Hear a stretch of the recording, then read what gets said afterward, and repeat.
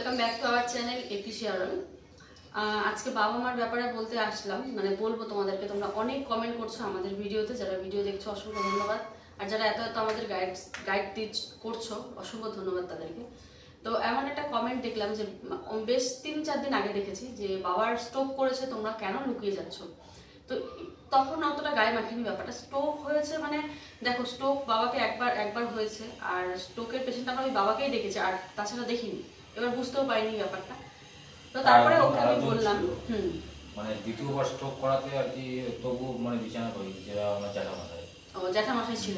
Stroke করার পরে মানে কিন্তু চোখে তো দেখিনি কিভাবে স্ট্রোক করে, কিভাবে কি ওই ব্যাপারগুলো তো জানি না। তো যখন দিদিভাইটা আমাদেরকে বললো যে স্ট্রোক করেছো, কেন লুকিয়ে গেছো, তখন আমি ওকে বললাম আচ্ছা এই জিনিসটা যদি হয়, বাবার হঠাৎ করে হাত পা অবশ হয়ে যাচ্ছে, তাহলে এটা কি স্ট্রোক করবে বা কিছু, আমাকে জিজ্ঞাসা করলাম। তো ডাক্তার তো এমআরআই করতে দিয়েছে, তোমরা জানো। তো রিপোর্ট না আসলে তো আমরা কিছু বলতে পারছি না। যেদিনে মানে বাবার শরীরটা খারাপ হয়েছিল ওই দিন মানে সন্ধ্যার দিকে আমি ডাক্তারের কাছে নিয়ে গেছি। আর ওই দিন মানে আমি দেখেছিলাম, আর আমার মা সর্বপ্রথম দেখেছিল যে তোর শ্বশুরের কেন হঠাৎ, ওই যে শাশুড়ি মা ছিলেন না, বাবা ছিলেন যখন, তখন আমার মা বলছে যে তোর শ্বশুরের হঠাৎ করে কেন রে মাথায় জল দিচ্ছে, আর কেন যেন হাঁটতে পারছে না। তখন আমি ব্যাপারটা খেয়াল করলাম, ওকে বললাম যে বাবা কিন্তু আজকে হাঁটতে পারছে না, বাবার শরীরটা খারাপ লাগছে। তো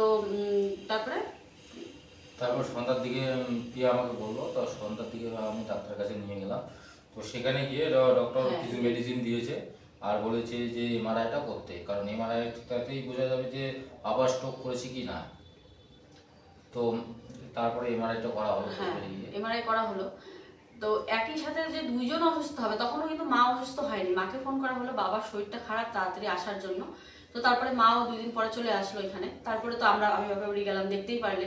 5 দিন থাকার পর হঠাৎ করে মার চোখের, বাবাকে ডাক্তার দেখাতে গেল, হঠাৎ করে মার চোখের অপারেশনের কথা হলো। তো তারপরে চোখের অপারেশন যখন করাবে, তখন সেটা সুগার টেস্ট করতে গিয়ে দেখে সুগার অনেকটা হাই, যার জন্য চোখের অপারেশন হবে না।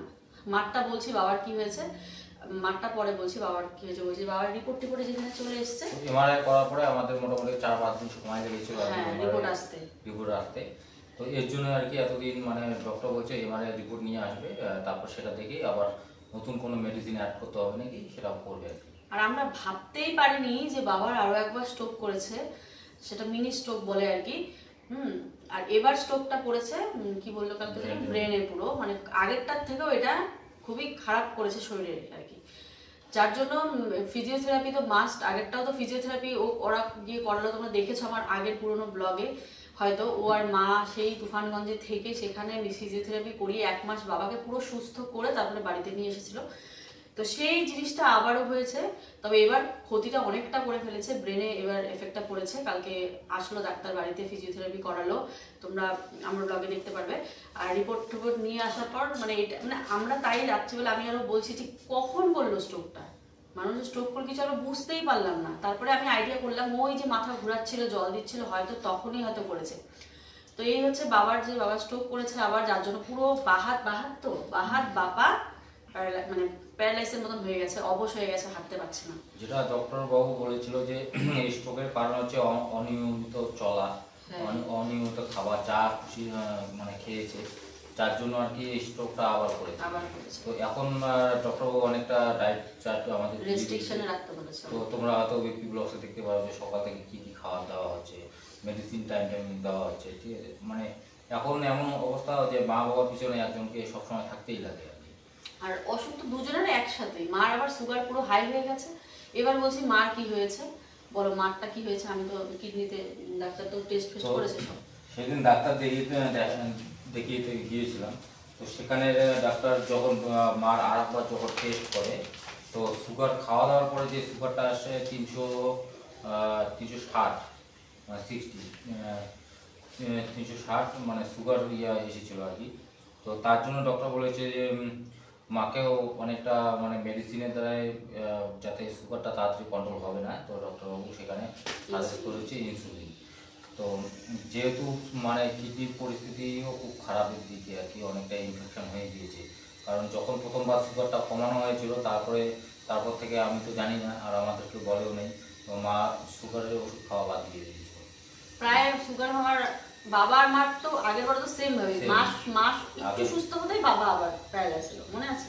আগে দুজনই একসাথে অসুস্থ হয়েছিল আগের বারও। কিন্তু এবার যেমন পুরো একসাথে, আর আগেরবার মা আগে হয়েছিল তার 1 মাসও যায়নি বাবা প্যারালাইজ হয়ে গেছে, স্ট্রোক করেছে বাবা। তো সেটাই তো এখন যেহেতু ইনসুলিনটা দেওয়া হয়েছে, ইনসুলিন দেওয়ার পর 10 দিন পরে আবার মানে চেক আপের জন্য যেতে বলেছে। তো 10 দিনের মধ্যে যদি দেখে যে মানে কিডনির ইনফেকশনটা আস্তে আস্তে কমছে, তাহলে ডক্টরবাবু বলছে যে আদার্স কিডনি ডক্টর দেখাতে হবে না, আমার এখানে ঠিক হয়ে যাবে। আর যদি দেখে যে না কিডনি আগের মতোই রয়ে গেছে, তাহলে আমাদের কিডনি ডাক্তার আবার আলাদা করে দেখাতে হবে। তো মানে খাওয়ার উপর সবটা, খাওয়ার উপর কিডনিতে অলরেডি ইনফেকশন ধরে গেছে, যদি 10 দিনে দেখে মেডিসিন দ্বারা কমবে না, তাহলে কিডনির ডাক্তার দেখাতে হবে। একদম 10 দিন সময় দিয়েছে, আর 10 দিনের মধ্যে আজকে তো 3 দিন হয়েই গেল, 2 দিন হয়েই গেল। ওখানে বলেছে যে মানে যেহেতু কিডনির প্রবলেমের জন্য বেশি কিছু খেলে বমি করছে আর কি, তো বাবা মাকে আর কি একবারে ভরপেট খেতে দেয়নি। তো এখানে অনেকটা চাপ দিয়ে দিয়েছে, সকাল মানে কী কী খেতে হবে, কখন কখন টাইম দেওয়া আছে। তো মেন টাইমটা মেনটেন করতে হবে 1.5 ঘন্টা পর পর, মানে অল্প কিছু করে খাক, মানে সবসময় থাকবে, আর পেট খালি না থাকে, কারণ পেট খালি থাকলে মাথা ঘুরাবে, সুগার ফলো করতে পারে আর কি। তো এর জন্য বলছে 1.5 ঘন্টা পর পর কিছু কিছু খাওয়া যায়। সকালে উঠে যেমন 2টো বিস্কুট খেতে বলেছে, তারপরে 1.5 ঘন্টা পরে আবার অকুলিত ছোলা বা মুড়ি, তারপরে শশা চা, এটা কারণে সুগার দিয়ে। তো পুরো ডায়েটটা এখানে দেওয়া আছে, এগুলো দেখে আমরা নিয়েছি। তো এই হচ্ছে আমাদের পুরো ডিটেলস। তোমরা অনেকে বলেছো কিডনির সমস্যা, তারপরে আরো অনেক কিছু সমস্যা হতে পারে বলেছো, তাই আমরা পুরোটা ক্লিয়ার করলাম যে মা বাবার এক্সাক্ট কি হয়েছে। মানে এইটুকু সময়ে যে বাবা মার এত কিছু হয়ে যাবে না, আমরা জাস্ট ভাবতেই পারিনি। তো এখানে মানে সেদিনে ব্লাড দেওয়া হয়েছিল, সেখানে একদম সব ধরনের টেস্ট হয়ে গেছে, কিডনি থেকে শুরু করে যা সমস্ত ইনফেকশন হতে পারে, লিভার টিভার যা আছে। তারপরে 10 দিন পরে আবার আলট্রাসোনোগ্রাফি করাবে, আরও অনেক কিছু টেস্ট। চলো বন্ধুরা, আজকের ভিডিওটা আমি এই পর্যন্তই, আর নেক্সটে কী হচ্ছে আমরা অবশ্যই তোমাদের আপডেট দিতে থাকবো। আর যদি তোমাদের কাছে কোনো ভালো সাজেশন থাকে আমাদের জন্য, তাহলে অবশ্যই তোমরা আমাদের কমেন্ট করে যাবে, আর আমরা চেষ্টা করবো সেই জিনিসটাকে ফলো করার। আর তোমাদের কমেন্টে আমাদের অনেকটা উপকার হয়, যেই জন্য আর কি আমরা মানে যতদিন পর্যন্ত ডাক্তারকে দেখাইনি কী কী মানে খাওয়াতে বলেছিলে বা কীভাবে চলতে বলেছিলে, সেই রকমভাবে আমরা চলানোর চেষ্টা করেছি। তো তোমাদের কমেন্টে আমাদের খুবই উপকার হয়েছে। তো চলো বন্ধুরা, দেখা হচ্ছে একটা নতুন ভিডিওতে। আজকের ভিডিওটা এই